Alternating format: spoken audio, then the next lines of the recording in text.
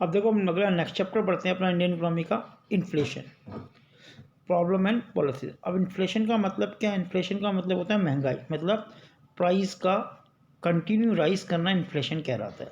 तो हम देखते हैं भाई इन्फ्लेशन होता क्यों है, इसके रीज़न क्या है और गवर्नमेंट क्या पॉलिसी अपनाती है कि इसको कंट्रोल किया जाए। तो पहले बात करते हैं हम इन्फ्लेशन की।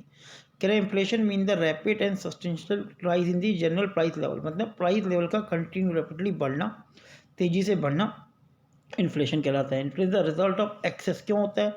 Aggregate demand over the aggregate supply when all available resources are produce goods and services have full employed, मतलब जब फुल एम्प्लॉयमेंट लेवल पर गुड्स और सर्विस का प्रोडक्शन हो चुका है और उस केस में डिमांड का, एग्रीगेट डिमांड का एग्रीगेट सप्लाई से ज़्यादा होना। भाई अगर डिमांड ज़्यादा होगी सप्लाई से तो नॉर्मल सी बात है प्राइस राइज करेगा। क्यों? परचेज करने वाले ज़्यादा लोग हैं और गुड्स कम है।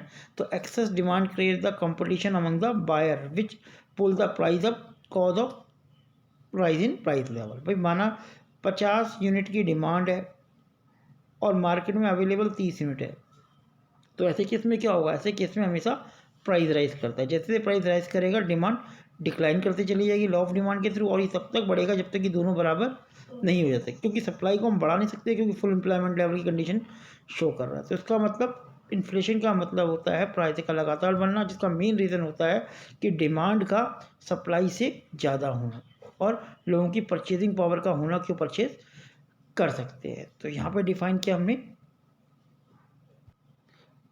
इन्फ्लेशन को। अब बात करते हैं भाई कॉजेज ऑफ इन्फ्लेशन, क्या रीज़न है महंगाई के? अगर हम ब्रॉडली बात करें इसके दो मेन रीज़न है। Increase in demand which result for demand pull inflation, मतलब जब डिमांड बढ़ रही है, सप्लाई तो बढ़ नहीं रही और डिमांड बढ़ रही है, और क्योंकि जब डिमांड राइज कर रही है और सप्लाई में कोई फर्क नहीं है और डिमांड कंटिन्यू राइज कर रही है, तो इसका इफेक्ट प्राइस पर पड़ता है क्योंकि हम अपनी सप्लाई नहीं बढ़ा पा रहे। तो इसे हम कहते हैं डिमांड पुल इन्फ्लेशन, डिमांड के कारण महंगाई का बढ़ना। दूसरा कहलाता है increase in cost of production which result for cost push inflation. अब दूसरा रीज़न क्या है कि जो चीज़ हम प्रोड्यूस कर रहे हैं, जो चीज़ हम प्रोडक्शन कर रहे हैं, उसकी प्रोडक्शन कॉस्ट जो है बढ़ गई। जब प्रोडक्शन कॉस्ट बढ़ जाएगी तो भाई नॉर्मल सी बात है प्राइस को राइज करना ही पड़ेगा।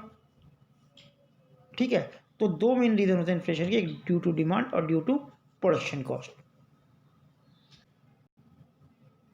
अब इसी के बेस पर हम इसको इन्फ्लेशन के टू कैटेगरी डिवाइड करते हैं, एक डिमांड पुल इन्फ्लेशन और कॉस्ट पुल इन्फ्लेशन। पहले हम बात करते हैं डिमांड पुश इन्फ्लेशन की। इंक्रीज इन एग्रीगेट डिमांड, इसका मतलब क्या होता है? टोटल डिमांड का बढ़ना।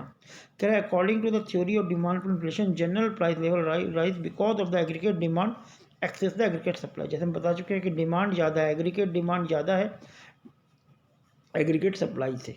तो इसका क्या रीज़न होगा? देखो the officially cause of excess in demand are rise in money supply. क्यों बढ़ गया डिमांड, क्यों बढ़ गई? भाई मनी सप्लाई बढ़ गई मार्केट में, या राइज इन पॉपुलेशन, पॉपुलेशन बढ़ी। दो रीज़न हो सकते हैं, या तो लोगों के पास परचेजिंग पावर बढ़ गई, पैसा ज़्यादा आ गया, या पॉपुलेशन राइज कर गई।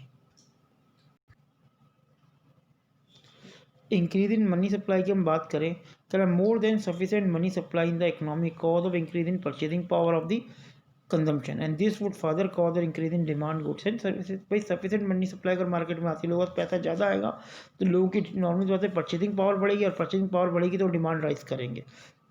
कह रहा following are the some reason for increase in money, कौन ये रीजन होते हैं? Number deficit finance.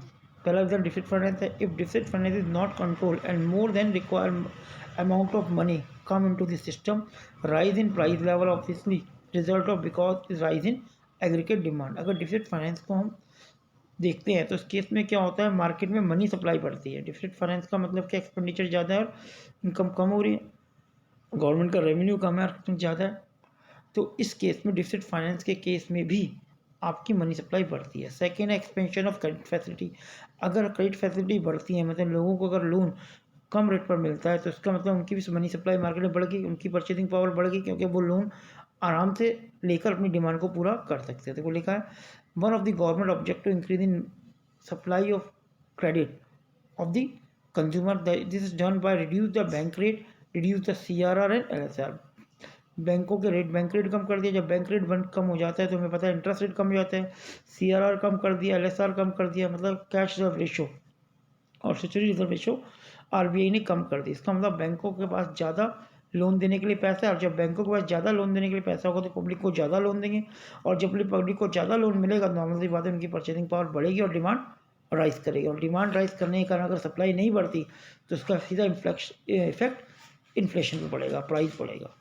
This tendency might excessive money supply and the rise in the level of demand and price rise obviously consequence से price rise भी बढ़ेगा। Next आता है increasing government expenditure.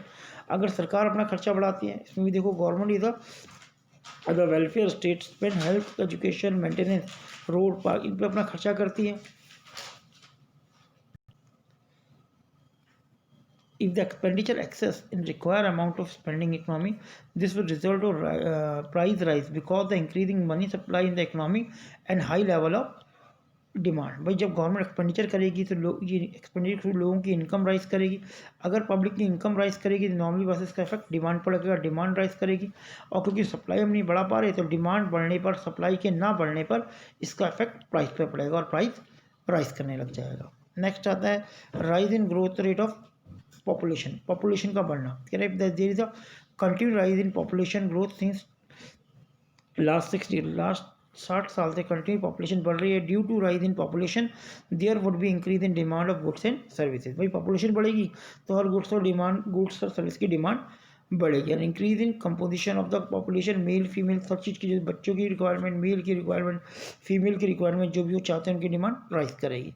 And this extensive demand become greater than the available supply and price are bound to be rise. भाई demand तो बढ़ गई लेकिन उससे सबसे सप्लाई नहीं बढ़ी, और क्योंकि डिमांड बढ़ गई लेकिन सप्लाई नहीं बढ़ेगी तो उसका सीधा इफेक्ट प्राइस पे पड़ता है और प्राइस राइज करता है।